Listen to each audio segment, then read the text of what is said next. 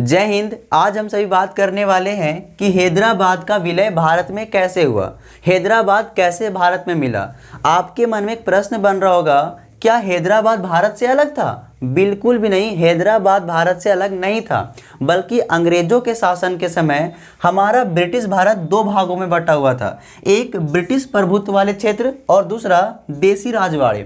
British प्रभुत्व वाले वैसे क्षेत्र थे जहां अंग्रेजों का प्रत्यक्ष रूप से शासन चलता था, जैसे बंगाल हो गया, मद्रास हो गया, बम्बई हो गया। और वहीं देसी राजवाड़े ऐसे क्षेत्र थे, भारत के वैसे क्षेत्र जहां पर राजाओं का शासन चलता था। तो ये छोटे छोटे क्षेत्र थे जहां पे राजाओं का शासन चलता था, लेकिन जो राजा लोग थे ना, वो कहीं ना कहीं अंग्रेजों के अधीन ही शासन करते थे, अंग्रेजों के अधीन में शासन करते थे। तो उन्हीं में से एक बात और आप लोग याद रखेंगे कि जो देसी राजवाड़े थे, भारत के आज़ादी के समय 565 देसी राजवाड़े थे, 565।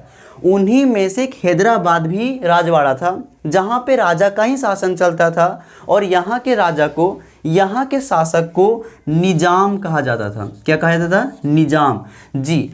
तो जब देश आज़ादी के समय अंग्रेज़ों ने घोषणा किया, क्या घोषणा किया कि हम भारत को आज़ाद करने के साथ साथ 565 देसी राजवाड़ों को भी आज़ाद कर देंगे, उन्हें अपने शासन से मुक्त कर देंगे। इसके बाद जो देसी राजवाड़े होंगे, उनके हाथ में फैसला होगा कि वो भारत में मिलना चाहते हैं या पाकिस्तान में मिलना चाहते हैं या फिर स्वतंत्र अस्तित्व बनाए रखना चाहते हैं।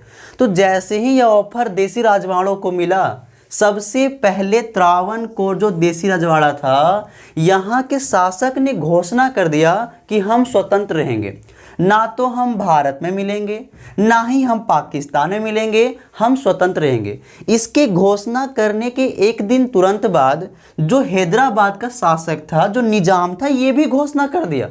क्या घोषणा कर दिया? कि हम भी ना तो भारत में मिलेंगे ना ही पाकिस्तान में मिलेंगे, बल्कि स्वतंत्र अस्तित्व बनाकर रखेंगे। हैदराबाद को भारत में मिलाना अति आवश्यक था।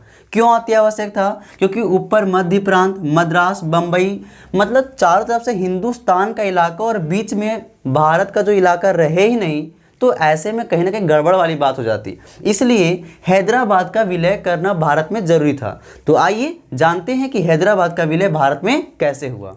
देश आज़ाद होने के बाद निजाम के पास इंस्ट्रूमेंट ऑफ एक्शन नामक पत्र भेजा गया। इस पत्र पर अगर निजाम हस्ताक्षर कर देता तो हैदराबाद भारत का हिस्सा हो जाता, लेकिन जब यह पत्र निजाम के पास भेजा गया तो निजाम ने हस्ताक्षर करने से सीधा इनकार कर दिया कि हम भारत का हिस्सा नहीं होंगे, बल्कि हम स्वतंत्र अस्तित्व बनाकर रखेंगे। इसके बाद भारत सरकार और निजाम के बीच एक बैठक होता है, एक समझौता होता है। यह समझौता कब हुआ?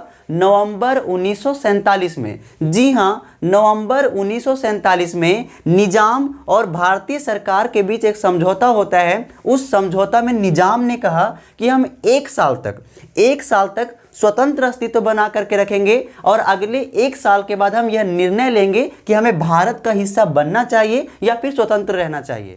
लेकिन हैदराबाद की जनता निजाम के शासन से खुश नहीं थी। वे चाहते थे कि हमारा हैदराबाद अभी ही भारत का हिस्सा बन जाए। इसलिए वे बगावत पर उतर आए, विद्रोह करना शुरू कर दिए, निजाम का विरोध करना शुरू कर दिए। स्त्री पुरुष सभी रैलियां निकाल दिए, पूरा का पूरा विरोध करना शुरू कर दिए। यह विरोध देख करके निजाम अपनी सेना को विरोध का शांत करने के लिए भेजता है। उनके सेना को रज्जाकर कहा जाता था। रज्जाकर ने खास तौर पर गैर मुसलमानों को अपना ज़्यादा निशाना बनाया। जहाँ देखे हिंदू हैं, दूसरे धर्म के लोग, मुसलमान धर्म को छोड़कर दूसरे धर्म के लोग हैं, उनको मारा पीटा, स्त्रियों को पकड़कर रेप कर दिया गया। तो जब ये सब घटनाएं हैदराबाद में घट रही थी, इससे भारतीय सरकार को बहुत गुस्सा आया और भारतीय सरकार ने तुरंत अपनी सेना को हैदराबाद पहुंचाया, हैदराबाद भेजी। अब वो भारतीय सेना यहाँ पर आकर के इन रज्जाकरों को शांत करती है, पकड़ती, उन्हें मारती है और तुरंत निजाम को गिरफ्तार कर ली, निजाम को पकड़ लिया। अब निजाम के पास कोई चारा नहीं था। इसने तुरंत क्या किया? अपना आत्मसमर्पण कर दिया। आज देखेंगे सितंबर 1948 में निजाम ने उस पत्र पर हस्ताक्षर कर दिया और हस्ताक्षर करने के साथ ही हैदराबाद भारत का हिस्सा बन गया। अगर जानकारी पसंद आई होगी सर तो एक लाइक जरूर कर दे, क्योंकि आपकी एक लाइक ही हमें बहुत ज़्यादा मोटिवेट करती है। धन्यवाद, फिर मिलेंगे अगले वीडियो में।